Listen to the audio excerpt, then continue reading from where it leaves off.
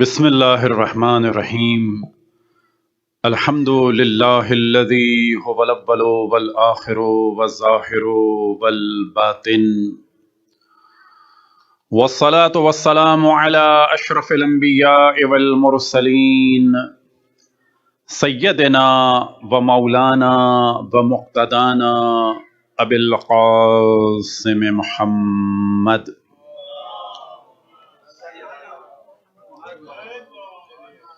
وعلى أهل بيته الطيبين الطاهرين المعصومين سيما بقية الله في الأراضين مهدي المنتظر أرواحنا وأرواح العالمين لتراب مقدمه الفداء ولعنة الله على آدائهم ومنكر فضائلهم وغاصب حقوقهم إلى قيام يوم الدين.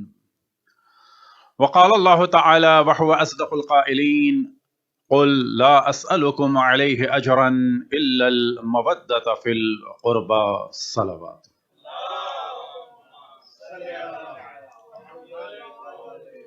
التماس سورہ فاتحہ کی تمام مومن و مومنات کے لیے، تمام علماء کرام، مراجع اعظام، تمام شہداء ملت کے لیے، اور ہم سب کے آباء و اجداد اور اعزاء اور رشتہ داروں کے لیے، اور خصوصاً جو آج کے تبرک کے اسپانسر ہیں ان کے تمام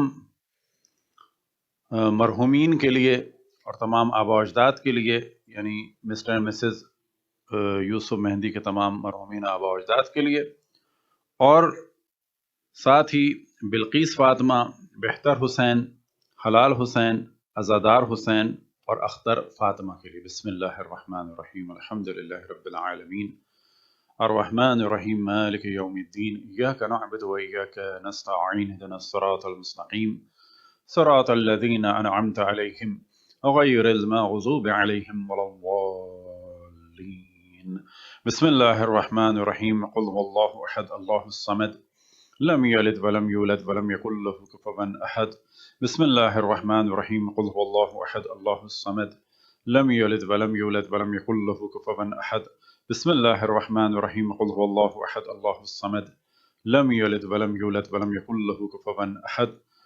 ان اللہ وملائکته یصلون علی النبی یا ایها الذین آمنوا صلوا علیہ وسلموا تسلیما.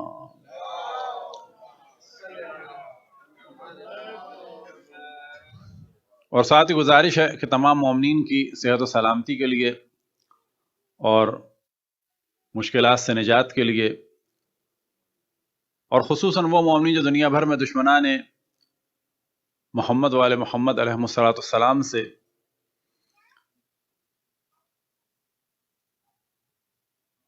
خطرے کے عالم میں ہیں، ان سب کی حفاظت کے لیے بر محمد وآل محمد صلوات.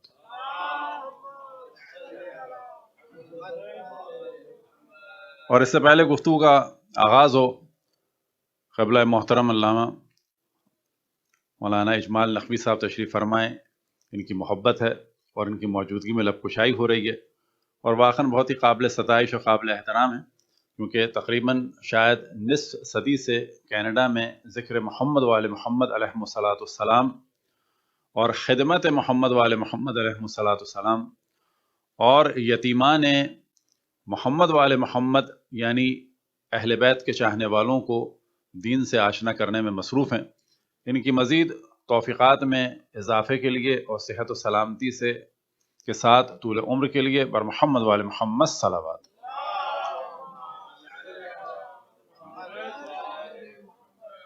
اجازت ہے قبلہ، بہت معذرت، لب کشائی ہو رہی ہے. جس آیت کی تلاوت کا شرف حاصل کیا، اس کے بارے میں ہمیشہ میں توجہ دلاتا ہوں کہ کبھی بھی کسی بھی نبی نے اپنی امت سے کچھ نہیں مانگا. بعض موضوعات ایسے ہیں کہ جن کی بار بار تکرار ہونی چاہیے. انہی میں سے ایک یہ کہ کبھی بھی کسی بھی نبی نے اپنی امت سے کچھ بھی نہیں مانگا، اور وہ بھی رسالت کی ہے بس. وجہ یہ ہے کہ رسالت اتنا عظیم کام ہے کہ اس کی اجرت ہو ہی نہیں سکتی. کسی بھی نبی کے رسالت کی کوئی اجرت نہیں ہو سکتی. لیکن ہم یہ دیکھتے ہیں کہ جو اشرف الانبیاء ہیں انہوں نے اجرت مانگی،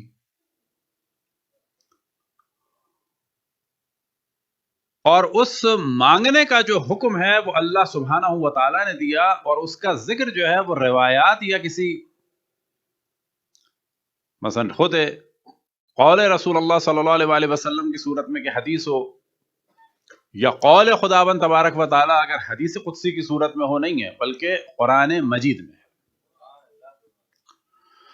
تو اب سوال یہ پیدا ہوتا ہے کہ جب کسی بھی نبی نے کبھی بھی کچھ بھی طلب نہیں کیا، اور وجہ کیا تھی کہ کار رسالت اتنا اہم ہے کہ ان کی امت اس کی اجرت دے نہیں سکتی تھی. تو جب ان انبیاء کہ جن کا مقام اشرف الانبیاء کے برابر تصور بھی نہیں کیا جا سکتا، جب ان انبیاء نے اپنی رسالت کی اجرت طلب نہیں کی کیونکہ ان کی امت نہیں دے سکتی تھی، اس وجہ سے طلب نہیں کی، تو یہ کیسے ممکن ہے کہ جس کی رسالت سب سے افضل ہو وہ طلب کریں؟ یہ ایک واضح سوال ہے. اور جواب یہ ہے کہ ہاں، انہوں نے طلب نہیں کیا کسی چیز کو بالفاظ دیگر اجرت کو، کیونکہ ان کی امت دے نہیں سکتی تھی. اور اشرف الانبیاء کو حکم دیا گیا کہ طلب کرو کیونکہ ان کی امت دے سکتی تھی. اب یہاں پر جو فرق ہے وہ امتوں کا نہیں ہے، فرق یہ ہے کہ ان انبیاء کو کی رسالت کی اجرت ان کی امت کے لیے ممکن نہیں تھی، لیکن اشرف الانبیاء کی رسالت کی اجرت ادا کرنا ممکن تھی. وجہ یہ ہے کہ ان کی آل کا اتنا بلند مقام ہے کہ ان سے محبت جو ہے وہ رسالت کی اجرت قرار پائی. اب یہاں پر عام طور پہ کہہ دیا جاتا ہے کہ اہل بیت رسالت کی اجرت ہے، تو یہ بالکل غلط ہے. اہل بیت رسالت کی اجرت نہیں ہے، بلکہ اہل بیت سے مودت رسالت کی اجرت ہے. یعنی ہم میں سے کوئی بھی شخص اگر اس آیت پر عمل کرنا چاہے، اور کرنا ہوگا اگر اسے مسلمان ہونا ہے یا رہنا ہے، اور یہ ذہن میں رہیں کہ مسلمان ایک دفعہ نہیں ہونا ہے. جس طرح سے مسلمان ہو کے مسلمان رہنا ہے، ہر وقت خداوند تبارک و تعالیٰ کی وحدانیت کا اقرار کرنا ہے اور اس نظریے پہ باقی رہنا ہے، بالکل اسی طریقے سے اجر رسالت رسول اللہ صلی اللہ علیہ وآلہ وسلم کو ہر لحظہ ادا کرنا ہے. کس کے ذریعے سے؟ مودت اہل بیت رسول اللہ کے ذریعے سے. صلوات پڑھیں پر محمد وآل محمد.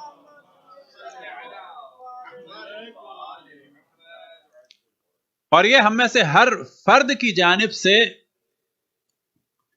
یہ جو رابطہ ہمارے دل کا اہل بیت سے ہوگا، اگر یہ محبت والا رابطہ ہے تو یہ رابطہ در حقیقت بے حکم خداوند تبارک و تعالی محضر مبارک رسول اللہ صلی اللہ علیہ وآلہ وسلم میں ان کی رسالت کی اجرت ہے.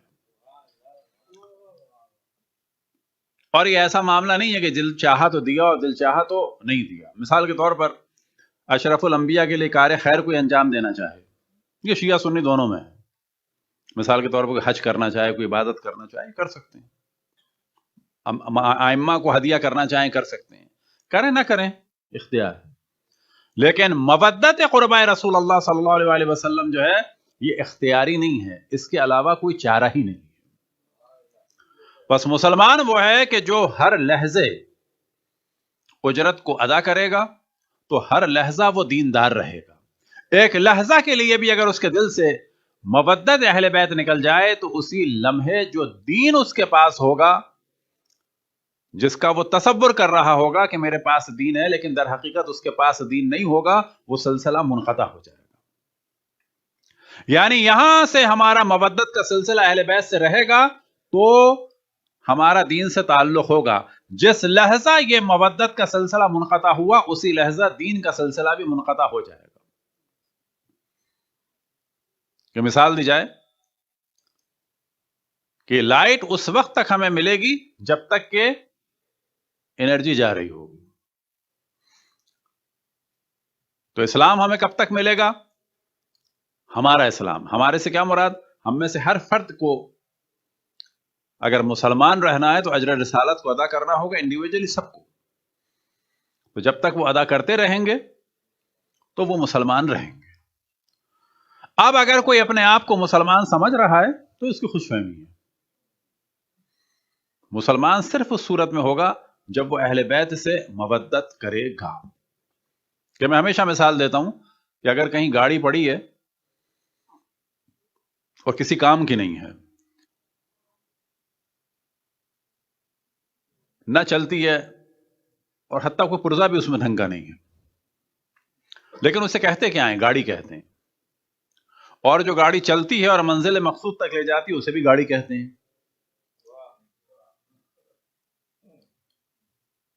اب ایک جو ہے سمجھے بالکل ہی جنک یارڈ میں پڑی ہے اور پچھلے 50 سال سے پڑی ہے, اور سوائے اس کے کہ وہ ایک پرانا لوہا ہے اس کے علاوہ کچھ نہیں ہے, لیکن آپ کہیں گے کیا؟ مثلا یہ جو جنک یارڈ میں چیزیں کھڑی ہیں, یہ کیا کھڑی ہے؟ مثلا لیت مشین ہے یا گاڑی ہے؟ گاڑی ہے.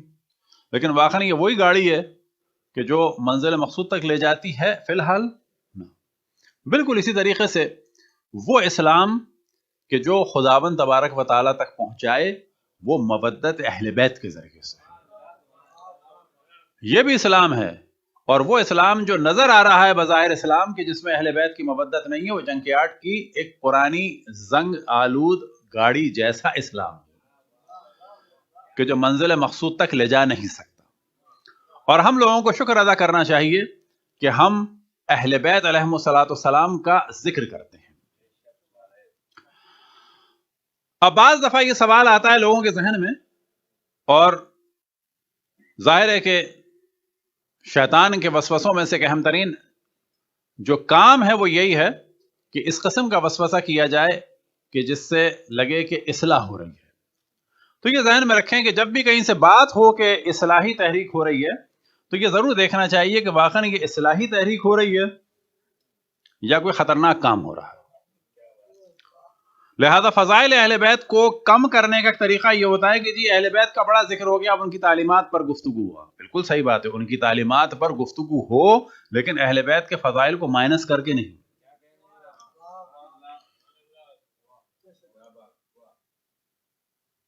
اہل بیت کے فضائل کو مائنس کر کے نہیں.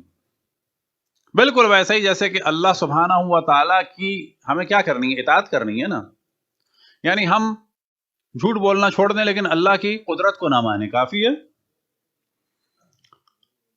اللہ پتہ نہیں عالم ہے کہ نہیں ہے, لیکن ہم جھوٹ نہیں بولتے, سود نہیں کھاتے, ہم شراب نہیں پیتے, لیکن معلوم نہیں ہے کہ وہ قادر ہے کہ نہیں ہے. قادر ہے کرنا اعمال انجام دینے اپنی جگہ, لیکن اللہ سبحانہ و تعالیٰ کے حکم کو ماننا ہے اس کی صفات کے ساتھ ساتھ. اشرف الانبیاء سے دین لینا ہے ان کی فضائل کو جاننے کے ساتھ ساتھ, اہل بیت سے دین کو سمجھنا ہے ان کے مناقب اور فضائل کو جاننے کے ساتھ ساتھ.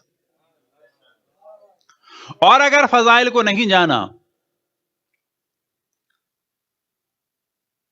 اور اگر ان کے دشمنوں کی رذیلتوں کو نہیں جانا تو ہماری اگلی نسلیں شک میں مبتلا ہو جائیں گی.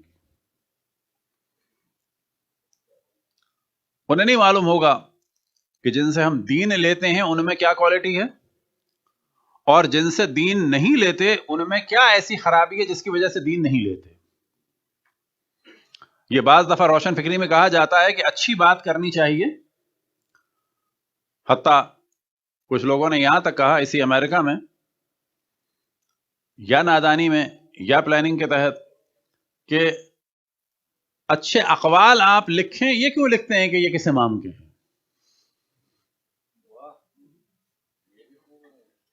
اچھی باتیں لکھیں, دنیا خود کہے گی اچھی بات ہے. یعنی اچھی بات آپ لکھ دیں اور کسی کو یہ پتا نہ ہو کہ یہ رسول اللہ صلی اللہ علیہ وسلم کی ہے یا مثلا گاندھی کی ہے, یا مثال کے طور پر نیلسن منڈیلا کی ہے. اچھا یہاں پر تو نہ لکھیں, دیکھیں یہ یہاں پتہ چل جاتا ہے کہ اندر خباثت کیا ہے. تو ائمہ کا نام تو نہ لکھیں, اچھی بات ہے, پتہ چل جائے گی خود ہی. تو جب قرآن کی لکھتے ہو کوئی آیت تو ادھر لکھنے کی کیا ضرورت ہے القرآن اور یا اس کے بعد ہولی قرآن اور اس کے بعد آیت کا نمبر؟ اچھی بات لکھ دو.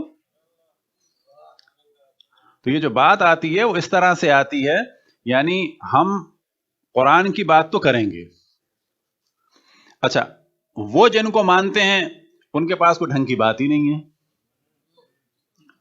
اب طریقہ یہ ہے کہ اہل بیت کے کلام کو دبا دیا جائے اس پالیسی سے، جبکہ اگر وہ اس پر چل رہے ہوتے، یہ ساری وہ باتیں ہیں جو ہمارے لوگ انفلوئنس میں جاتے ہیں دوسروں کے، تو ان سے فوراً کہنا چاہیے پھر آپ قرآن کی آیات بھی جو ہے لکھ دیں ایسی. یہ کیا ضرورت ہے بتانے کی کہ یہ قرآن ہے؟ تو یہاں سے پتا چلتا ہے کہ اگر قرآن کی آیت کی معرفی ضرورت ہے تو اچھے کلام کو بیان کرنے والے کی معرفی بھی ضروری ہے. صلوات پڑھیں پر محمد و آل محمد.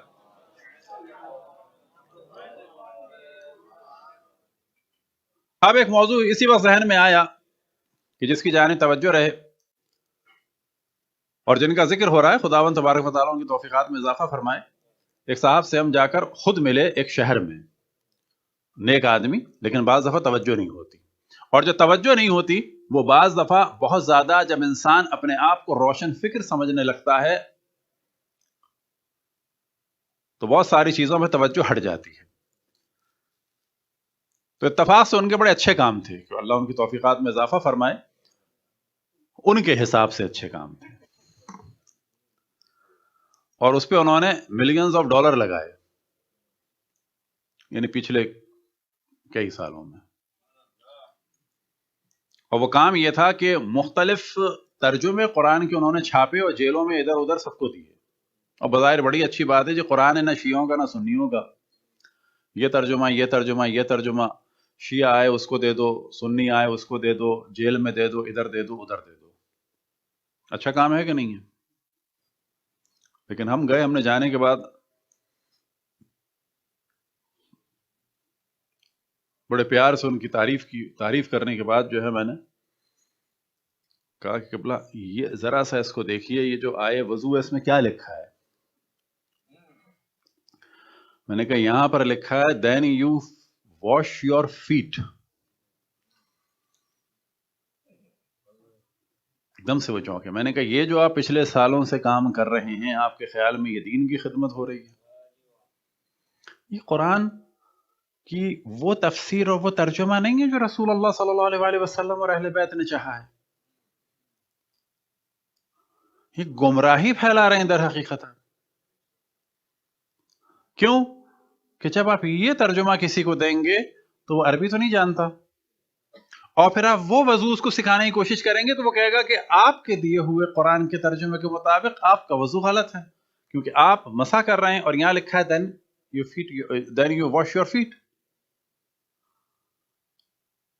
تو واقعاً چونکہ وہ اللہ ان کی توفیقات میں اضافہ کرے. میں نے کہا جائز نہیں ہے، جتنا آپ نے لگایا سب گناہ کیا ہے. یہ بظاہر لگ رہا ہے قرآن کی خدمت ہے، لیکن یہ قرآن کی خدمت نہیں ہے، دین کی مخالفت ہے در حقیقت. وجہ کیا ہے کہ اگر قرآن کو دین سمجھ لیا جائے تو یہی پرابلم ہوگا، جبکہ اشرف الانبیاء نے فرمایا انی تارکم فیکم ثقلین کتاب اللہ و عترۃ اہل بیتی. بس یہ جو بعض دفعہ اگر آپ نعرہ سنیں کہ میں یہ بات جب مانوں گا کہ جب بتاؤ گے قرآن میں کہاں لکھا ہے، تو آپ فوراً پلٹ کے کہیں کہ تم خود گمراہ ہو. کیوں کہ دین قرآن صرف نہیں ہے، قرآن اور اہل بیت. یہ ترجمہ نتیجہ ہے کس چیز کا؟ صرف حسبنا کتاب اللہ والے کے نظریے کو ماننے کا. تو پتا چلا کہ بعض دفعہ حتیٰ اگر قرآن بھی چھاپا جائے اور قرآن کا بھی ترجمہ کیا جائے اور اگر قرآن سے بھی استدلال کیا جائے تو وہ سوائے گمراہی کے کچھ نہیں ہے. کیوں کہ وہاں سے ندا آ رہی ہے اشرف الانبیاء کے خلاف. اشرف الانبیاء فرما رہے ہیں قرآن اور اہل بیت. کب؟ کہ جب وہ دنیا سے چلے جائیں. جب وہ دنیا میں ہیں تو اس وقت دین کیا ہے؟ خود اشرف الانبیاء کی زندگی میں دین کیا ہے؟ خود اشرف الانبیاء ہیں. قرآن بھی ان سے ملا، لیکن ان کے جانے کے بعد دین کیا ہے؟ اشرف الانبیاء کا دیا ہوا قرآن اور ان کے خلفائے واقعی، نہ کہ سیاسی.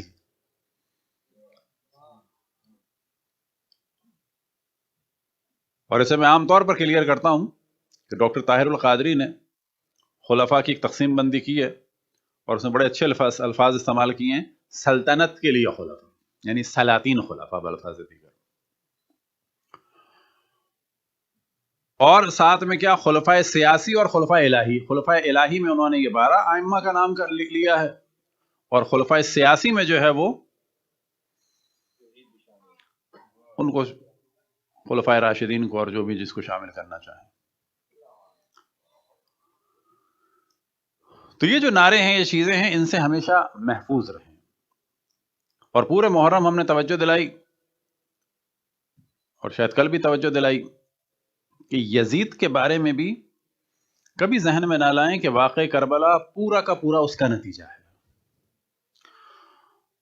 واقعہ کربلا اس کے ذریعے سے ہوا، اس کے زمانے میں ہوا، لیکن نتیجہ یہ 50 سال جو اہل بیت پر ظلم ڈھایا گیا، 50 سال جو اہل بیت کے حق کو پامال کیا گیا، 50 سال جو اہل بیت کے ذکر کو ختم کیا گیا، 50 سال جو اہل بیت علیہ السلام کے فضائل چھپائے گئے، 50 سال جو اہل بیت علیہ السلام سے دشمنی ہوئی، اس کا نتیجہ نکلا ہے۔ لہذا کبھی دھوکہ نہ کھائیں کہ ہم یزید کو برا کہتے ہیں، یہ بڑا اچھا آدمی کو یزید کو برا کہتا ہے، نہ، یا ممکن ہے اچھا ہو یا بڑا شاطر ہو، یہ آپ کو بتانا چاہتا ہے کہ ساری خباثت جو ہے صرف یزید کی تھی، ساری خباثت صرف یزید کی تھی۔ تو ہمیں جان لینا ہے کہ ساری خباثت صرف یزید کی نہیں تھی، بلکہ واقع کربلا کی ابتدا جو ہے وہ سقیفہ سے ہوئی ہے۔ واقع کربلا کی ابتدا جو ہے وہ مولا امیر المؤمنین کی مرکزیت کے انکار سے ہوئی ہے، اور مولا امیر المؤمنین کے دفاع میں اور مولا امیر المؤمنین کے مقابلے میں جس شخص کو لایا گیا، اس کی تائید کے لیے مولا امیر المؤمنین کے دفاع میں سب سے پہلے جناب سیدہ نے اپنے آپ کو قربان کیا، اور اس شخص کی تائید اور بیعت کے لیے جناب سیدہ کے گھر پہ حملہ ہوا۔ تو سب سے پہلے حملہ رسول کی بیٹی کے گھر پہ ہوا۔ اب یہاں پر کہا جا سکتا ہے کہ حقائق ہمیں بیان کرنے ہیں، بے شک زبان خراب نہیں ہونی چاہیے۔ یہاں پہ سوال کیا جا سکتا ہے، بہت سارے کوئز پروگرام کی طرح سے بات ہو سکتی ہے۔ مثال کے طور پر عالم اسلام میں مسلمانوں کے درمیان سب سے پہلی جنگ کس نے کی؟ کیا جواب ہے اس کا؟ مسلمانوں کے درمیان سب سے پہلی جنگ کس نے کی؟ کہا جائے گا جناب عائشہ نے۔ کچھ شک ہے اس میں؟ توہین ہے؟ اچھا، انہوں نے نہیں کی تو کس نے کی؟ ملکہ وکٹوریہ نے کی؟ انہوں نے کی، قتل عام کا بازار گرم کیا۔ بالکل ایسی سوال کیا جائے، بلکہ معاویہ کی جنگ جو ہے، معاویہ گرین سگنل ملا، اٹ از پاسبل۔ معاویہ کو بھی بعد میں جرت ہوئی ہے۔ بالکل ایسا سوال کیا جائے کہ عالم اسلام میں سب سے پہلے کسی کے گھر کا گھراؤ ہوا، سب سے پہلے کسی کو تازیانہ مارا گیا، سب سے پہلے کسی کے گلے میں رسی کو ڈالا گیا، سب سے پہلے کسی کو ڈرایا گیا، بعد اشرف الانبیاء عالم اسلام میں سب سے پہلے کس کو ڈرایا گیا؟ بعد اشرف الانبیاء سب سے پہلے کس کے گھر کا گھراؤ ہوا؟ بعد اشرف الانبیاء سب سے پہلے کس کو مارا گیا؟ کس کے تازیانہ پڑا؟ تو جواب ہے سب سے پہلے رسول کی بیٹی کے گھر کا گھراؤ ہوا۔ اگر اس چیز کا ذکر نہ کیا جائے تو حق اور باطل میں تمیز مشکل ہو جائے، اور اگر اس کا ذکر کیا جائے گا تو گو کہ ہم صدیوں سے امام حسین علیہ السلام کے مصائب بیان کر رہے ہیں، جن کے دلوں میں نفاق ہے، وہ آج بھی یزید کا دفاع کر رہے ہیں۔ لیکن اگر ایام فاطمیہ کو مناتے رہیں اور حقائق بیان کرتے رہیں تو جس طرح سے ایک بہت بڑی تعداد یزید سے آشنا ہے، تو جناب سیدہ پہ ظلم کرنے والوں سے بھی آشنا ہو جائے گی۔ اور اسی ذکر کا نتیجہ ہے کہ ایک بہت بڑی تعداد اب مان گئی ہے کہ غلط تو ہوا۔ اور نتیجہ کس چیز کا ہے؟ اسی عزاداری کا۔ تو بعض دفعہ لوگ کہتے ہیں عزاداری اختلاف کے لیے نہیں ہے. ہاں نہیں، عزاداری اختلاف کے لیے نہیں، اور اختلاف تو ہونا بھی نہیں چاہیے. عزاداری حقائق کو بیان کرنے کے لیے.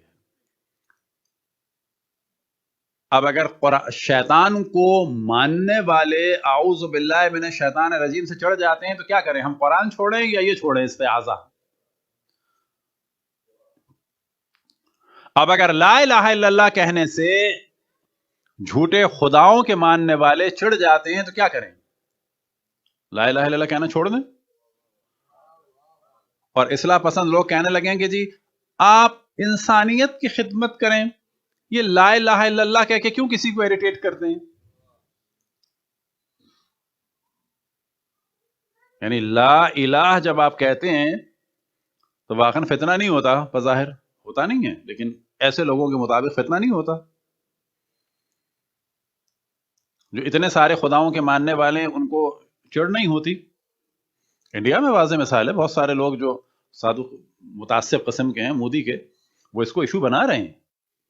بالکل ویسے ہی جیسے کہ پاکستان میں نازبی ملاؤں نے کہا کہ جب اذان دیتے ہیں شیعہ تو یہ ہمارے خلفاء کی توہین کرتے ہیں، وہ خلیفۃ و بلا فصل کہہ کے. بالکل ویسے ہی مودی کے ماننے والے آر ایس ایس کہہ رہے ہیں کہ انڈیا میں جب مسلمان اذان دیتے ہیں تو لا الہ کہہ کے ہمارے سارے بتوں کا انکار کرتے ہیں. تو اب کیا کیا جائے؟ کیا انڈیا میں اذان چھوڑ دی جائے یا پاکستان میں مولا امیر المومنین کی گواہی چھوڑ دی جائے؟ جو جواب وہاں کے لیے وہی جواب یہاں کے لیے. صلوات پڑھیں پر محمد والے.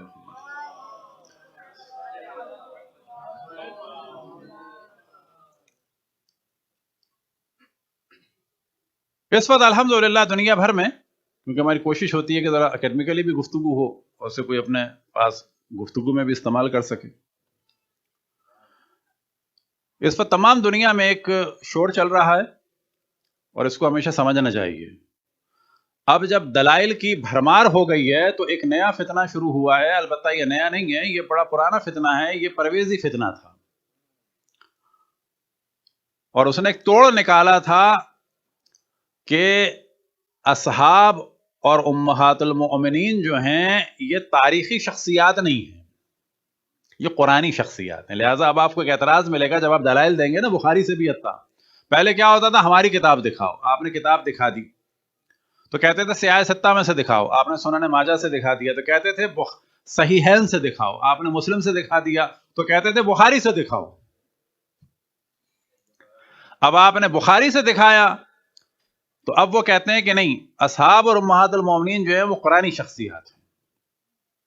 یہ اب ڈبیٹ کے چیپٹر کو کلوز کرنے کے لیے انہوں نے نئی ڈوز جو بنائی ہے پرانی، یہ اب زیادہ ہو رہی ہے مشہور، کہ نہیں ہم کسی کو نہیں مانتے، یہ قرآنی شخصیات ہے. یہ ہر جگہ چیپٹر کلوز کرنے کے لیے یہ والی بات کرتے ہیں. ابھی صاحب نے بڑی اچھی بات بتائی کہ وہ آفس میں یہیں کینیڈا میں انہوں نے بات کی امام حسین کی مظلومیت کے لیے، تو فلسطینی نازبی تھا، اس نے کہا برادر ڈونٹ ڈسکس اباؤٹ ہسٹری. اب یہ خاموش ہو گئے. تھوڑے دن میں اس نے گفتگو کی ذی الحج کے مہینے میں اور اس نے کہا کہ یو نو اباؤٹ حضرت عثمان. انہوں نے فوراً جواب دیا برادر ڈونٹ ڈسکس اباؤٹ ہسٹری. اب آپ تصور کریں کہ جب جھوٹے فضائل لینے ہوں تو انہی کتابوں سے لے لو، اور جب اعتراض ہو تو کہیں گے ہم ہسٹری کو نہیں مانتے. جب بھی قرآن کی بات ہو تو ہمیشہ یہ جواب ذہن میں رکھیں، اچھا قرآنی شخصیات ہیں. یہ سورہ لہب کس کے لیے نازل ہوا؟ نام لکھا ہے اس میں؟ نام تو نہیں، کنیت ہے ابو لہب. تفسیر میں یہ تو پھر حدیث آ گئی، تاریخ آ گئی. ممکن ہے ابو لہب انہی میں سے کوئی ہو. یہ کیسے پتا رسول کا چچا ہے؟ یہ لکھا ہے چچا؟ نہیں لکھا. فقط سقط قلوبکما، نبی کی 2 بیویوں کے دل ٹیڑے ہو گئے. یہ ہے قرآن کے نہیں ہے. کون ہے یہ؟ حضرت خدیجہ تو ہو نہیں سکتی، کیوں نہیں ہو سکتی؟ کیونکہ حضرت خدیجہ اس وقت دنیا سے چلی گئیں جب ایک تھیں، اور یہ آیت بتا رہی ہے کہ جب دو تھیں منیمم. اب یہ تمام کی تمام بیویاں اگر صرف قرآن سے ڈسکس کیا جائے تو مشکوک ہو جائیں. کیوں؟ کہا جائے گا یا یہ دو تھیں یا یہ دو تھیں یا یہ دو تھیں. عقل کیا کہتی ہے؟ ان میں سے کسی سے بھی دین نہ لو. یہ بالکل ایسا ہے کہ آپ کے سامنے مثال کے طور پر 11 پلیٹیں ہوں اور ان میں کہا جائے کہ ان میں سے 2 میں زہر ہے، کیا جائے گا؟ کسی سے بھی نہ لو. تو یہ ہوگا نتیجہ کہ جو قرآنی شخصیات کا شور مچایا جا رہا ہے. اور پھر جب ذکر آئے گا وَمِمَّنْ حَوْلَكُمْ مِنَ الْأَعْرَابِ مُنَافِقُونَ وَمِنْ أَهْلِ الْمَدِينَةِ مَرَدُوا عَلَى النِّفَاقِ، کیا مسلمانوں مدینے کے ارد گرد جو بدو ہیں ان میں منافق ہیں، اور مدینے والوں میں سے کچھ ایسے ہیں کہ جو نفاق میں شدید ہیں. اب یہ جو نفاق میں شدید ہیں مدینے والے ہیں، یاد رکھیں یہ ہم لوگ بھی انفلوئنس میں آ جاتے ہیں دوسروں کے شور شرابے کہ اہل کوفہ اہل کوفہ اہل کوفہ. نہ، قرآن میں اگر کسی شہر کے نفاق کا ذکر ہوا ہے تو اہل مدینہ ہے. امام حسین کا ساتھ نہیں دیا اہل کوفہ نے، تو کیا مدینے والوں نے ساتھ دیا تھا مولا امیر المومنین کا، جناب سیدہ کا، امام حسن کا، امام حسین کا؟ کیا امام حسین مدینے والوں کی موجودگی میں نہیں نکلے تھے مدینے سے؟ کیا مولا امیر المومنین کو مدینہ چھوڑنا نہیں پڑا تھا؟ کیا مولا امیر المومنین پر جس فوج نے حملہ کیا تھا مکے اور مدینے کی نہیں تھی؟ قرآن میں اگر کسی پورے شہر کا ذکر ہے نفاق کے ساتھ تو وہ مدینہ ہے. وَمِنْ أَهْلِ الْمَدِينَةِ مَرَدُوا عَلَى النِّفَاقِ، اور یہ آیت کب کی ہے؟ سورہ توبہ کی آخر زمانے کی آیت ہے، یاد رکھیں. آخر زمانے میں اعلان ہو رہا ہے کہ اہل مدینہ میں ایسے ہیں جو نفاق میں شدید ہیں. اب یہاں پہ کہا جائے گا صاحب قرآنی شخصیات ہیں نا، اہل مدینہ میں نفاق میں شدید ہیں، اب یہ کون سے ہیں؟ یہ تو سبھی خطرے میں پڑ گئے، سبھی خطرے میں پڑ گئے. اب جب یہ جان چھڑانا چاہیں گے پھر یا تاریخ پہ آئیں گے یا تفسیر پہ آئیں گے. صلوات پڑھیں پر محمد و آل محمد. اب ایک روایت اس وقت تقریباً تمام علمی حلقوں میں پھیل چکی ہے اور وہ ہم حرف بحرف بھی سناتے ہیں، اس لیے کہ مومنین میں ایک تحقیق کا جذبہ جو ہے وہ بیدار ہو. یہ کتاب ہے مصنف ابن ابی شیبہ. اب یہ ڈسکس کیا جاتا ہے کہ شیعوں نے جناب سیدہ سلام اللہ علیہا کی شہادت کے بارے میں جھوٹ بولا ہے.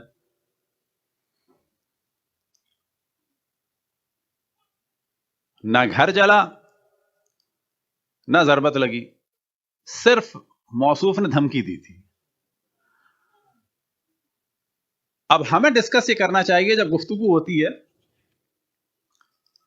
یہ بالکل ایسا ہے جیسے کوئی کہے کہ میں نے آپ کے باپ کو مارا نہیں ہے، صرف گالی دی ہے. تو صحیح ہے، مارا نہیں ہے، گالی پہ بات ہو جائے. مثلا یہاں بھی اگر آپ پوری دنیا میں کہیں کوئی آفس والا شکایت کرے کہ اس نے مجھے مارا اور ساتھ میں گالی دی، یا مثلا نہ بلکہ قتل کی دھمکی دی، مارنا ہی نہیں قتل کی دھمکی، اور اگر اس میں سے خود مجرم ایک کا اقرار کر لے یا مجرم کے طرفدار ایک کا اقرار کر لیں تو بالآخر اس ایک کی سزا تو ہوگی.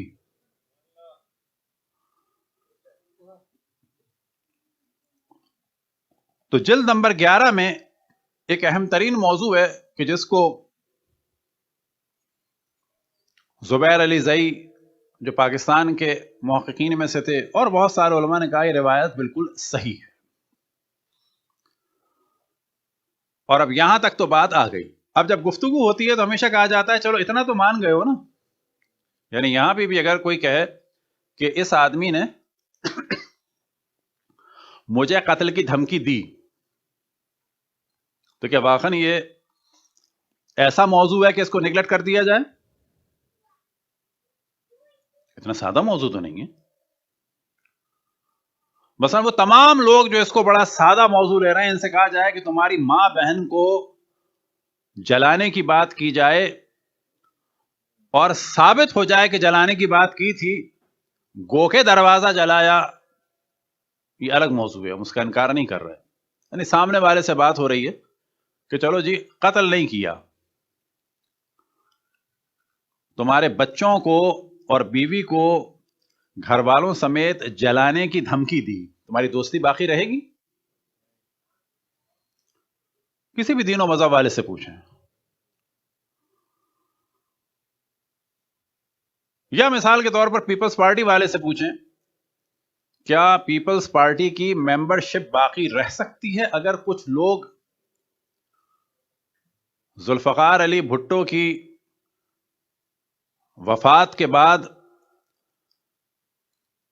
پہنچتے مثال کے طور پر نصرت بھٹو کے پاس یا بے نظیر کے پاس کہ آپ لوگ جو ہے وہ کمانڈ چھوڑ دیں، جس کو ہم کہہ رہے ہیں اس کو آپ سربراہ بنا دیں، ورنہ ہم پورے 70 کلفٹن میں آگ لگا دیں گے؟ کیا ہوتا ہے ایسوں کے بارے میں؟ بعد میں آپ نے کہ نہیں آگ تو نہیں لگائی تھی نا، صرف روڈ ہی تو بند کی تھی کلفٹن کی، ٹریفک جام ہو گیا تھا. کتنا ایکسپٹیبل ہے؟ آج کوئی پوچھے نواز شریف سے یا ان کے ماننے والوں سے کہ نواز شریف کے بعد مسلم لیگ والے حملہ کر دیں نواز شریف کے گھر پر اور مریم نواز کے لیے کہیں کہ جتنے لوگ گھر میں ہیں باہر نکل آؤ ورنہ پورے اس کوٹھی کو آگ لگا دیں گے، ہماری مانو، وہ کتنے مخلص مانے جائیں گے؟ پوری متمدن دنیا میں کسی بھی ملک کے سامنے رکھ دیں اس بات کو، وہ کتنے مخلص مانے جائیں گے مسلم لیگ کے ساتھ؟ تو وہاں تو سب کی عقل کام کرتی ہے، لیکن جب بات آتی ہے رسول آل رسول کی تو وہاں پر آ کر بہت ساری جگہ پر عقل و شعور کو بالکل چھوڑ دیا جاتا ہے. کہ میں ہمیشہ مثال دیتا ہوں کہ صحیح بخاری کا ترجمہ کہ اس میں خلیفہ سیاسی دوم نے جو رسول اللہ کے لیے فرمایا حجر و ہزیان و بکواس، تو اس کا ترجمہ کیا گیا ہے کہ رسول اللہ کے لیے برا رہے. یہ پاکستان میں ایکشن لینے کی ضرورت ہے کہ توہین رسالت پر کبھی ہندوؤں کو مارا جا رہا ہے، کبھی عیسائیوں کو مارا جا رہا ہے. پاکستان میں ابھی بھی چند شیعوں پہ کیسز بنائے گئے. سوال یہ پیدا ہوتا ہے جج سے کہا جائے تم کیا برا رہے ہو، توہین عدالت ہے کہ نہیں ہے؟ اسی جج سے کہا جائے کہ بخاری کے ترجمے میں لکھا ہوا ہے رسول اللہ صلی اللہ علیہ وسلم کے لیے کہ یہ کیا برا رہے ہیں، برا رہے ہیں اور بڑبڑا رہے ہیں، کیا رسول کے شایان شان ہے؟ تم عیسائیوں کو اور ہندوؤں کو توہین رسالت کے جرم میں مارنا چاہتے ہو، اس بخاری میں لفظ برانہ لکھتے ہو.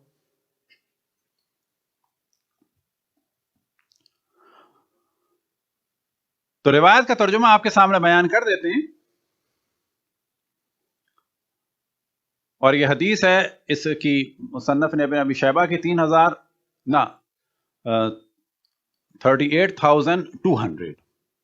یہاں پہ ہے کہ حضرت زید بن اسلم اپنے والد سے روایت کرتے ہیں کہ نبی کریم صلی اللہ علیہ وسلم کی وفات کے بعد جب حضرت ابو بکر کی بیعت کی گئی تو حضرت علی رضی اللہ عنہ اور حضرت زبیر رضی اللہ عنہ رسول اللہ صلی اللہ علیہ وسلم کی بیٹی حضرت فاطمہ کے ہاں آنے جانے لگے اور ان سے مشاورت کرنے لگے اور اپنے معاملہ خلافت میں ان سے تقاضا کرنے لگے. پس جب یہ بات حضرت عمر خطاب کو پہنچی تو آپ نکل کھڑے ہوئے، یہاں تک کہ آپ حضرت فاطمہ کے ہاں داخل ہوئے اور فرمایا اے رسول صلی اللہ علیہ وسلم کی بیٹی، خدا کی قسم تمام مخلوق میں ہمیں تمہارے والد سے زیادہ کوئی محبوب نہیں، اور آپ کے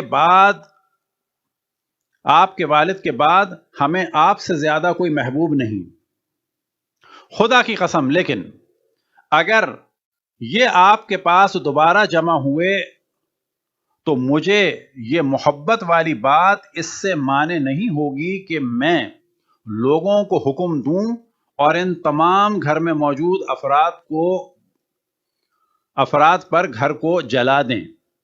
راوی کہتا ہے کہ پس جب حضرت عمر باہر گئے تو یہ حضرات بی بی فاطمہ کے پاس آئے. حضرت فاطمہ نے فرمایا تمہیں معلوم ہے کہ عمر میرے پاس آئے تھے اور انہوں نے خدا کی قسم کھا کر کہا کہ اگر تم لوگ دوبارہ جمع ہوئے تو وہ ضرور تمہیں گھر میں جلا دیں گے، اور خدا کی قسم عمر نے جو کہا ہے وہ اس کو ضرور پورا کریں گے. پس تم لوگ اچھی حالت میں ہی واپس چلے جاؤ اور اپنی رائے کو دیکھ لو، میری طرف واپس نہ آنا. چنانچہ لوگ وہاں سے واپس ہو گئے، اور جب تک ان لوگوں نے حضرت ابوبکر کی بیعت نہیں کی یہ فاطمہ کے پاس واپس نہیں آئے۔ اب یہ پورا معاملہ بنا دیا۔ اب یہاں پر کہتے ہیں کہ ہاں صرف دھمکی دی تھی، گو کہ اس کے بعد جناب سیدہ کو مارا بھی گیا، جناب سیدہ کے جناب محسن کی فرزند کی شہادت بھی ہوئی۔ لیکن سوال یہ ہے کہ اگر اسی کو مانا جا رہا ہے اور فرض یہ کر لیا جائے کہ مارا نہیں گیا، تو کیا یہ کام ایک مسلمان سے ہو سکتا تھا کہ رسول کی بیٹی کو دھمکی دیں، جبکہ رسول نے حکم یہ دیا ہے کہ اے رسول کو اللہ نے حکم یہ دیا ہے کہ اے میرے حبیب کہہ دو کہ میں تم سے اپنی رسالت کی اجرت طلب نہیں کرتا مگر یہ کہ میرے قربا سے مودت کرو؟ تو کیا رسول کی بیٹی کو دھمکی دینا مودت قربا کا مصداق ہے؟ دنیا میں کسی کے بارے میں بھی سوال کیا جا سکتا ہے کہ یہ قربا رسول ہیں یا نہیں ہیں، لیکن جناب سیدہ کے بارے میں سوال نہیں ہو سکتا کہ یہ قربا رسول ہیں یا نہیں ہیں۔ مولا امیر المومنین کے بارے میں سوال نہیں ہو سکتا کہ یہ قربا رسول ہیں یا نہیں ہیں۔ امام حسن امام حسین کے بارے میں سوال نہیں ہو سکتا کہ یہ قربا رسول ہیں یا نہیں۔ ان کے بارے میں تو کہنا ہوگا یہ تو قربا رسول ہی ہیں۔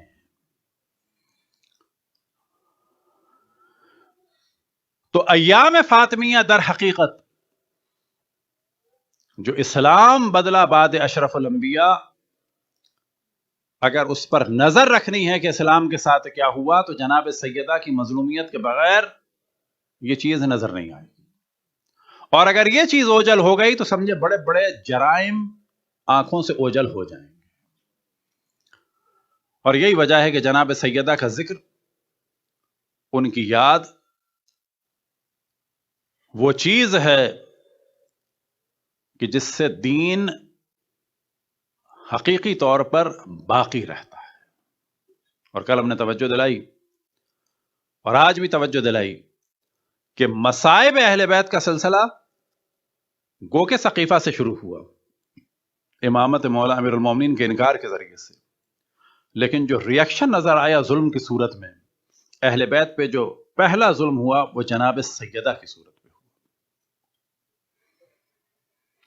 اور جو بھی اہل بیت کے مکتب کی جانب رجوع کرتا ہے مکمل طریقے سے، اور جس کا بھی ضمیر بیدار ہوتا ہے، یاد رکھیں تو وہ جناب سیدہ کی مظلومیت سے بیدار ہوتا ہے۔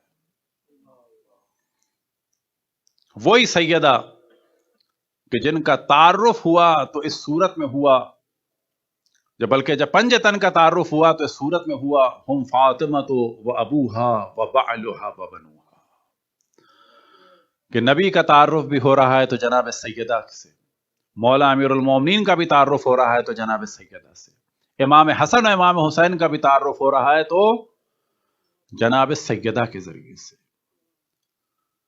کہ کل ہم نے کچھ توجہ دلائی تھی کہ رحمت للعالمین کے لیے جو خیر کثیر ہے وہ جناب سیدہ کی ذات ہے، اور اس خیر کثیر کو جب اللہ سبحانہ و تعالی نے سپرد کیا اشرف الانبیاء کو تو پھر معراج پر بلایا۔ اب ایک طویل روایت ہے، اس کو آج شروع کرتے ہیں اور کچھ توسل کی جانب بھی توجہ دلائے۔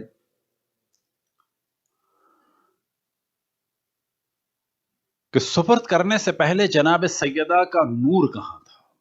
صلوات پڑھیں بر محمد و آل محمد۔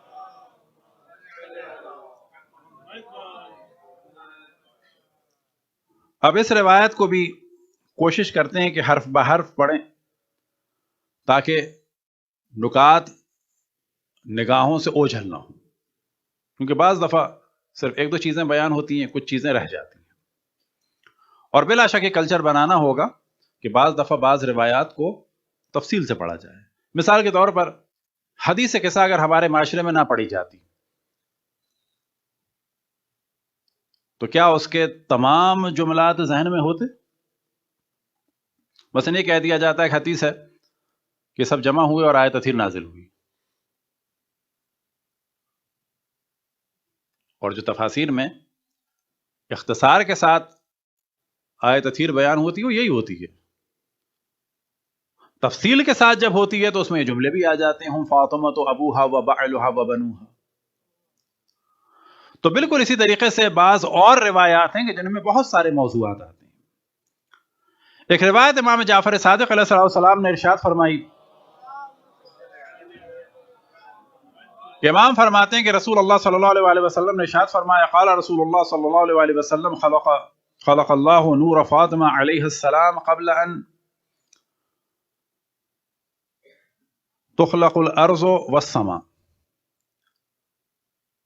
کہ اللہ سبحانہ و تعالیٰ نے حضرت فاطمہ سلام اللہ نور کو خلق کیا زمین و آسمان کی خلقت سے پہلے.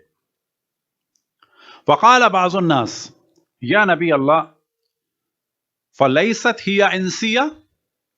اب یہاں پر وہ جانتے ہیں کہ انسان بعد میں پیدا ہوئے ہیں، حضرت آدم سے ہوئے ہیں. اب یہ بڑا طویل موضوع ہے کہ حضرت آدم بھی اس زمین کی پہلی مخلوق نہیں ہے، کہ جن میں سے ایک مشہور ترین مخلوق کون ہے؟ حضرت آدم سے پہلے کی جن. لیکن اس زمین پر جنوں کے علاوہ اسی زمین کی فزیکل مخلوقات، اسی گوشت پوش کی ہزاروں حضرت آدموں کے سلسلے گزر چکے ہیں، ہزاروں انسان نہیں. جس طرح ایک حضرت آدم یہ ہیں، ایسی پوری نسلیں گزر چکی ہیں، ہزاروں آدم، نہ کہ ہزاروں انسان. اب سوال کرنے والوں نے سوال کیا فلیست ہی انسیہ، جب حضرت فاطمہ سلام اللہ علیہ کی خلقت ہوئی ہے حضرت زمین و آسمان کی خلقت سے پہلے، حضرت آدم نہیں، زمین و آسمان کی خلقت سے پہلے. اور ہم عرض کر چکے ہیں کہ حضرت آدم یہ ایک ہیں، ان سے پہلے اور حضرت آدموں کے سلسلے تھے. قال خلق اللہ عز وجل من نورہ، کہ خداوند تبارک و تعالیٰ نے حضرت فاطمہ سلام اللہ علیہ کو خلق فرمایا اپنے نور سے. قبل ان یخلق آدم، اس سے پہلے کہ اللہ سبحانہ و تعالیٰ حضرت آدم کو خلق فرماتا. اذ کانت الارواح، اور اس وقت حضرت آدم کی روح تھی. فلما خلق اللہ عز وجل آدم عرضت علی آدم، اور جب حضرت آدم کو خلق فرمایا تو اس وقت ان کو بھی حضرت فاطمہ کی معرفی کرائی. اور یہ طویل روایات ہیں کہ انہوں نے وہاں پہ جنت کے میں نام دیکھے پنجتن کے. قیل یا نبی اللہ وَأَيْنَ كَانَتْ فاطمہ، اس وقت فاطمہ کہاں پہ تھی؟ اب یہاں پر یہ دیکھیں کہ آپ فرما سکتے تھے کہ ہم، لیکن یہاں پر کیا ہے کہ اشرف الانبیاء چاہ رہے ہیں کہ جناب سیدہ سلام اللہ علیہ کا مقام خصوصاً بیان ہو. أَيْنَ كَانَتْ فاطمہ، فاطمہ کہاں تھی؟ قال كانت فی حقۃ تحت ساق العرش، کہ حضرت فاطمہ سلام اللہ علیہ کے بارے میں فرمایا کہ یہ ایک حقہ کہتے ہیں یا حقہ، جواہرات کے ایک صندوق میں، یعنی ایک جواہرات کے صندوق میں یا باکس میں. اب یاد رکھیں کہ جتنی چیزیں جنت کے لیے یا عرش کے لیے بیان ہوتی ہیں وہ نہیں ہے جو ہم سوچتے ہیں. ہم الفاظ بیان کرتے ہیں لیکن وہ نہیں ہوتی ہیں. جنت میں نہر وہ کیا ہے ہمیں نہیں پتا، جنت کی حور کیا ہے ہمیں نہیں پتا، جنت میں سایہ کیا ہے ہمیں نہیں پتا. قرآن میں بھی بیان ہوا پھلوں کے بارے میں اتوبہ متشابہہ، وہ پھل جو ہوں گے وہ دنیا جیسے ہوں گے لیکن حقیقت میں وہ نہیں ہیں. لہٰذا بہت ساری چیزوں کا ہم ذکر کر سکتے ہیں لیکن کسی کو سمجھا نہیں سکتے. مثال کے طور پر کیا کسی بچے کو ایک خاتون ممتا سمجھا سکتی ہے؟ نہ، بچے کو چھوڑیں. کیا ایک ماں مرد کو ممتا سمجھا سکتی ہے؟ نہ. کب سمجھائے گی؟ جب یہ مرد ماں بننے کی صلاحیت رکھتا. آپ آم کا ذائقہ کسی کو سمجھا سکتے ہیں؟ ہم سب جو یہاں بیٹھے ہیں سب سے زیادہ ہم نے کون سا پھل کھایا ہوگا؟ آم. آم کا ذائقہ لکھ کے بتائیں کسی کو، نہیں لکھ سکتے. کھٹا ہے، میٹھا ہے، یعنی گلاب جامن جیسا ہے نا. البتہ آم کے بارے میں ایک دفعہ ہم خود بھی شرمندہ ہو گئے تھے. نیو یارک میں ایک زمانے میں کچھ دن تھے تو وہاں ایک بزرگ سے ہماری دوستی ہو گئی. انہوں نے ایسے پوچھا تمہیں کون سا پھل اچھا لگتا ہے؟ میں نے کہا کہ مینگو.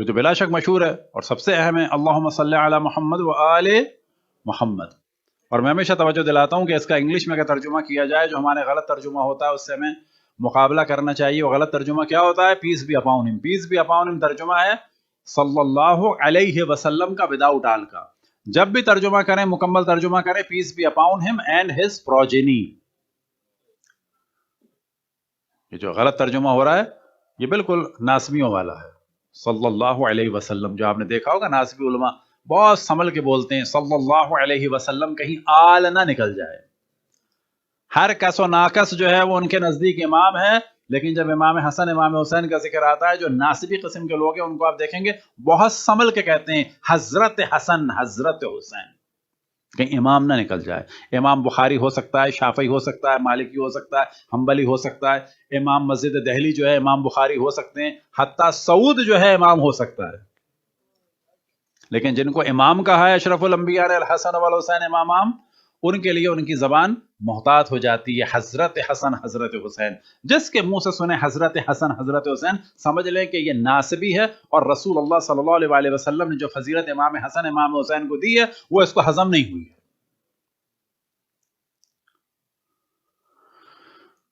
تو جس طرح سے حدیث کے سامنے تعارف ہے وَهُمْ فَاطِمَةُ وَأَبُوهَا وَبَعْلُهَا وَبَنُوهَا، تو ایک صلوات بھی اس طرح سے اللہم صلی علی فاطمہ. جس طرح سے تعارف جناب سیدہ سے ہے تو صلوات بھی ہیں جناب سیدہ کے ذریعے سے. اللہم صلی علی فاطمہ وابیہا وبعلہا وبنیہا والسر المستودع فیہا بعدد ما احاط به علمک. کہ یا اللہ تو صلوات بھیج فاطمہ پر، ان کے والد پر، ان کے شوہر پر، ان کے بیٹوں پر، اور جو ان میں تو نے راز پوشیدہ رکھا ہے. وَسِرَّ الْمُسْتَعْدِيَ فِيهَا. حضرت آیت اللہ العظمہ محمد رضا گلپائگانی رضوان اللہ تعالی علیہ کہ ان کی ہم نے بہت دفعہ زیارت کی. ایک دفعہ کسی نے سوال کیا کہ یہ جو ہے وَسِرَّ الْمُسْتَعْدِيَ فِيهَا، کہ ان میں جو تو نے راز امانتاً رکھا ہے، جو چھپایا ہے، جو ودیت کیا ہے، وہ راز کیا ہے؟ تو آگے گلپائگانی نے بڑے مسکرا کے فرمایا اگر یہ راز ہمیں پتا ہوتا تو وہ راز تھوڑی ہوتا. یعنی اتنی بڑی کچھ فضیلتیں ہیں کہ جو سوائے اللہ سبحانہ و تعالیٰ کے، کیوں کہ بعض مقامات اور فضائل جو ہیں جس طرح سے ہم اس دنیا میں بہت ساری چیزوں کو نہیں سمجھ سکتے، اور ہماری بہت ساری چیزوں کو مثال کے طور پر بعض جانور نہیں سمجھ سکتے، اور حتیٰ بعض اور مخلوقات یا چیزوں کو یا حتیٰ بعض جانوروں کی صلاحیتوں کو ہم نہیں سمجھ سکتے، بالکل اسی طرح سے انبیاء کے جو مقامات ہیں ان کو بعض مقامات کو سوائے ملائکہ اور اللہ سبحانہ و تعالیٰ کے کوئی نہیں سمجھ سکتا. یعنی کچھ چیزیں جناب سیدہ میں اللہ سبحانہ و تعالیٰ نے ایسی پوشیدہ کی ہیں. اور کتنی یہ صلوات ہو بعدد ما احاط به علمک، اتنی یا اللہ صلوات بھیج جناب سیدہ پر، ان کے والد پر، ان کے شوہر پر، ان کے بچوں پر، کہ جتنا تیرے عدد تیرے علم میں ہو. اب اللہ کی علم میں کتنا عدد ہوگا؟ بے تحاشا. اب اس کے بارے میں وہ فرماتے تھے کہ اس کو پڑھا جائے کتنی دفعہ؟ 530 دفعہ. اب 530 دفعہ پڑھنے کی وجہ کیا ہے؟ کہ جی ابجد سے جب حروف نکالے جاتے ہیں علم الاعداد میں، کہ جس کو ہمارے یہاں بعض دفعہ شاید کم دقتی کی وجہ سے علم جفر کہہ دیا جاتا ہے. علم جفر الگ ہے، یہ نیمرولوجی ہے، علم الاعداد. تو جناب سیدہ کا عدد نکلتا ہے 135.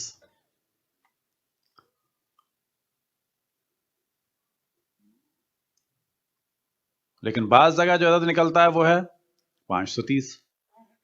یہ فرق کہاں پہ آتا ہے؟ یہ فرق آتا ہے اصل میں جو آخر میں ہا ہے یا تے ہے. ہا اور تے میں فرق آ جاتا ہے، کیونکہ بعض حساب کرنے والے اس کو ہا کا حساب کرتے ہیں، اور جب ہا کا حساب کرتے ہیں تو 135 بن جاتا ہے، اور جب تے کیا جائے تو وہ 400 کا عدد بنتا ہے، تو وہ بن جاتا ہے پھر تے کا 400 ہے تو وہ بن جاتا ہے 530. اب وہ فرماتے تھے کہ 530 دفعہ اس صلوات کو پڑھا جائے اور خداوند تبارک و تعالیٰ کی بارگاہ میں جناب سیدہ کو وسیلہ قرار دیا جائے تو حاجتیں قبول ہوں گی. لیکن حقیقت یہ ہے کہ اصل چیز ہے جناب سیدہ سے محبت، اس کو بھی کیا جائے، لیکن جس وقت بھی جتنا بھی ممکن ہو جناب سیدہ سے توسل کیا جائے، جس مقدار میں بھی کیا جائے نتیجہ نکلے گا. اور رسول کو مزید اشرف الانبیاء کو توسل میں شامل کیا جائے کہ یا اشرف الانبیاء جس بیٹی سے آپ محبت کرتے تھے، جسے گلے لگاتے تھے اور سونگتے تھے، میں آپ کو ان کا واسطہ دیتا ہوں، اور وہی واسطہ جناب سیدہ کا اللہ سبحانہ و تعالیٰ کو دیا جائے. اور یہ جناب سیدہ کا ذکر وہ ذکر ہے کہ کل اگر انشاءاللہ زندگی رہی تو ایک واقعہ ہے کہ جو واقعہ مجھے بہت اچھا لگتا ہے، آیت اللہ العظمیٰ مرزا شیرازی کا، آیت اللہ العظمیٰ مرزا قمی کا، کہ انہوں نے جادو کے اثر کو ضائع کیا تھا جناب سیدہ کے ذکر کے ذریعے. بعض دفعہ بعض چیزیں ایسی ہوتی ہیں کہ جس کی ہم اہمیت کے قائل نہیں ہیں. ایک اصفہان کے بڑے آیت اللہ تھے، آیت اللہ ابرقوی طباطبائی. ان سے کسی نے کہا کہ ہمیں کوئی چیز دیں. اب آپ دیکھیے گا کہ جس طرح سے میں بیان کروں گا لگے گا بہت بڑی چیز ہے، آپ کہیں گے تو کچھ بھی نہیں ہے، لیکن حقیقت یہ ہے کہ بہت بڑی چیز ہے. ان سے کسی نے کہا ہمیں کوئی چیز دیں. انہوں نے کہا میں تمہیں ایسی چیز دوں گا کہ جو اللہ سبحانہ و تعالیٰ نے کسی کو نہیں دی سوائے اشرف الانبیاء کے، اور اشرف الانبیاء نے وہ چیز کسی کو نہیں دی سوائے جناب سیدہ کے، اور وہ ہے تسبیح حضرت فاطمہ. اب آپ تصور کریں کہ کتنی اہم ہے، لیکن کیونکہ ہمارے پاس ہے تو اس کی حیثیت نہیں ہے. تو جناب سیدہ کا جو ذکر ہے، یہ جانتے ہوئے کہ ان کے ذریعے سے اللہ سبحانہ و تعالیٰ نے معرفی فرمائی اشرف الانبیاء کی، مولا امیر المومنین کی، اور تمام ائمہ کی. اور امام حسن عسکری علیہ السلام فرماتے ہیں نحن حجج اللہ وجدتنا فاطمہ حجت اللہ علینا، ہم اللہ کی حجت ہیں اور ہماری جدہ حضرت فاطمہ سلام اللہ علیہا ہم پر اللہ کی حجت ہے.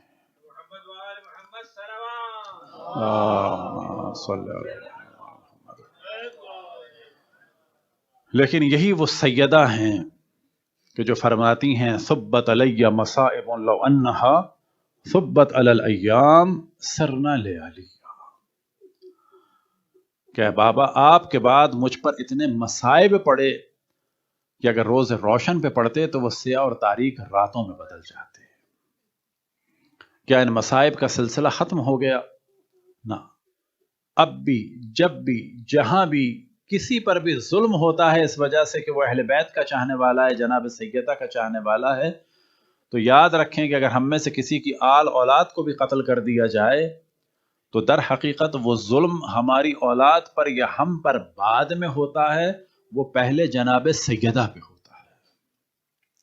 اور اگر کسی پہ ظلم ہو بھی جائے تو وہ یہ توقع نہ کرے کہ جناب سیدہ سے پرسہ لے، بلکہ وہ حتیٰ اپنی اولاد کا پرسہ بھی پہلے جناب سیدہ کو دے، کیونکہ ہماری اولاد اگر قتل ہو جائے یا ہمارا کوئی عزیز قتل ہو جائے تو در حقیقت وارث واقعی امام زمان یا جناب سیدہ سلام اللہ علیہ. مولا امیر المؤمنین ایک وقت آیا کہ جناب سیدہ گریہ فرما رہی تھی. مولا امیر المومنین نے سوال کیا کہ فاطمہ گریے کی وجہ کیا ہے؟ تو جناب سیدہ نے کیا فرمایا؟ اب کی لما تلقی بادی، میں گریہ کر رہی ہوں ان مصائب کا تصور کر کے کہ جو میرے بعد آپ پر پڑنے والے ہیں. اب وہ مصائب کیا ہیں تو ان میں سے کچھ سمجھ لیں کہ جناب سیدہ کی زندگی میں مصائب میں سے ایک مصیبت مولا امیر المومنین پہ جو پڑی کہ جس کا ذکر انہوں نے جناب سیدہ سے فرمایا کہ فاطمہ کچھ لوگ مجھے سلام نہیں کرتے اور کچھ تو ایسے ہیں جو میرے سلام کا جواب نہیں دیتے. اجرکم اللہ. یہ وہی مدینہ ہے کہ جس میں جب اشرف الانبیاء نکلتے تھے تو سب سے پہلے سب سے آخر میں جناب سیدہ کے دروازے پہ آتے تھے، اور جب آتے تھے اس مدینے میں داخل ہوتے تھے تو سب سے پہلے جناب سیدہ کے دروازے پہ جاتے تھے۔ صبت علی مصائب لو انہا صبت علی الایام سرنا لعلیہ، اسی مدینے میں بعد اشرف الانبیاء فاطمہ 75 یا 95 دن دنیا میں زندہ رہی اس عالم میں کہ پسلیاں ٹوٹی ہوئی تھیں۔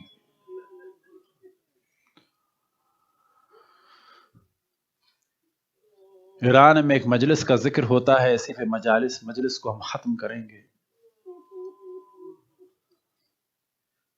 کہ کسی نے مصائب پڑے تو گریے کی آواز آ رہی تھی۔ ایک عالم نے مصائب پڑے جناب سیدہ کے، ان کی ٹوٹی ہوئی پسلیوں کے مصائب پڑے تو ایک شخص کی گریے کی آوازیں بلند بلند گریے کی آوازیں آ رہی تھی، یہاں تک کہ ماتم شروع ہوا اس کے گریے کی آوازیں آ رہی تھیں، یہاں تک کہ تبرک کا سلسلہ شروع ہوا گریے کی آوازیں آ رہی تھیں۔ بعد میں معلوم کیا گریے کرنے والا کون ہے تو پتہ چلا یہ فلان شخص ہے اور گریہ کر رہا تھا۔ وہ اس سے ملے اور پوچھا تو اس نے جواب دیا کہ میں گریہ اس وجہ سے کر رہا ہوں کیونکہ میں ہڈیوں کا ڈاکٹر ہوں۔ اب آپ سمجھ گئے کہ اس کے گریے کی وجہ کیا تھی۔ وہ کہتا ہے کہ میں جانتا ہوں کہ ہڈی ٹوٹنے کا درد کیا ہوتا ہے، کہ جب اسے چھوا جائے تو کتنی اذیت ہوتی ہے، لیکن اگر پسلیاں ٹوٹ جائیں کسی کی تو ہر سانس پہ اذیت ہوتی ہے۔ یہی وجہ تھی کہ جناب سیدہ جب دنیا سے رخصت ہوئی ہیں تو ہڈیوں پہ فقط کھال رہ گئی تھی۔ اجرکم علی اللہ۔ صبت علی مصائب لو انہا صبت علی الایام سرنا لعلیہ۔ صاحب کتاب الغدیر سے نقل ہوا کہ وہ فرماتے ہیں کہ جب مدینہ تشریف لے گئے تھے، ان کے ایک شاگرد نے سوال کیا، وجہ یہ تھی کہ عشق اہل بیت میں ڈوبے ہوئے تھے۔ انہی کے اس جملے پہ مجلس کو ہم ختم کریں گے اور محسوس کیجئے کہ انہوں نے کیا کہا۔ ان کے خاص شاگرد نے ان سے سوال کیا، اور یہ خود میں نے سنا تھا مشہد میں آیت اللہ فاطمی نیا سے، کہ ان کے خاص شاگرد نے سوال کیا ان سے بالکل تنہائی میں کہ آپ ابھی حج سے واپس آئے ہیں، مدینے میں آپ کو کیسا لگا؟ تو اب یہ ذہن میں رکھیں کہ بعض وہ افراد کے جن کی روح بہت ہی پاک ہوتی ہے، انہیں وہ چیزیں نظر آتی ہیں اور سنائی دیتی ہیں جو عام کسی شخص کو سنائی نہیں دیتی۔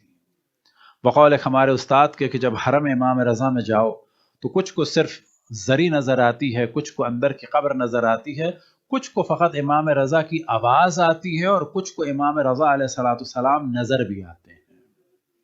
اور زیارت میں بھی یہی ہے، اشہد انک تشہد مقامی و تسمع کلامی و ترد السلامی، میں گواہی دیتا ہوں کہ آپ مجھے دیکھ رہے ہیں، میرا کلام سن رہے ہیں، میرے سلام کا جواب دے رہے ہیں، لیکن ہم سن نہیں پاتے۔ لیکن کچھ لوگ ایسے ہیں کہ جو سلام کا جواب بھی سنتے ہیں اور ان کو جواب دیتے ہوئے دیکھتے بھی ہیں۔ تو علامہ امینی سے سوال ہوا کہ مدینے میں آپ کی کیا کیفیت ہوئی؟ بس ایک جملہ بیان کروں گا اور مصائب ختم ہو جائیں گے۔ علامہ امینی نے فرمایا، خدا کی قسم آج بھی مدینے میں فاطمہ کے گریے کی آواز آ رہی ہے۔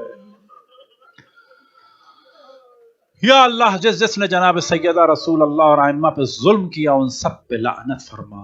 ماتم جناب سیدہ۔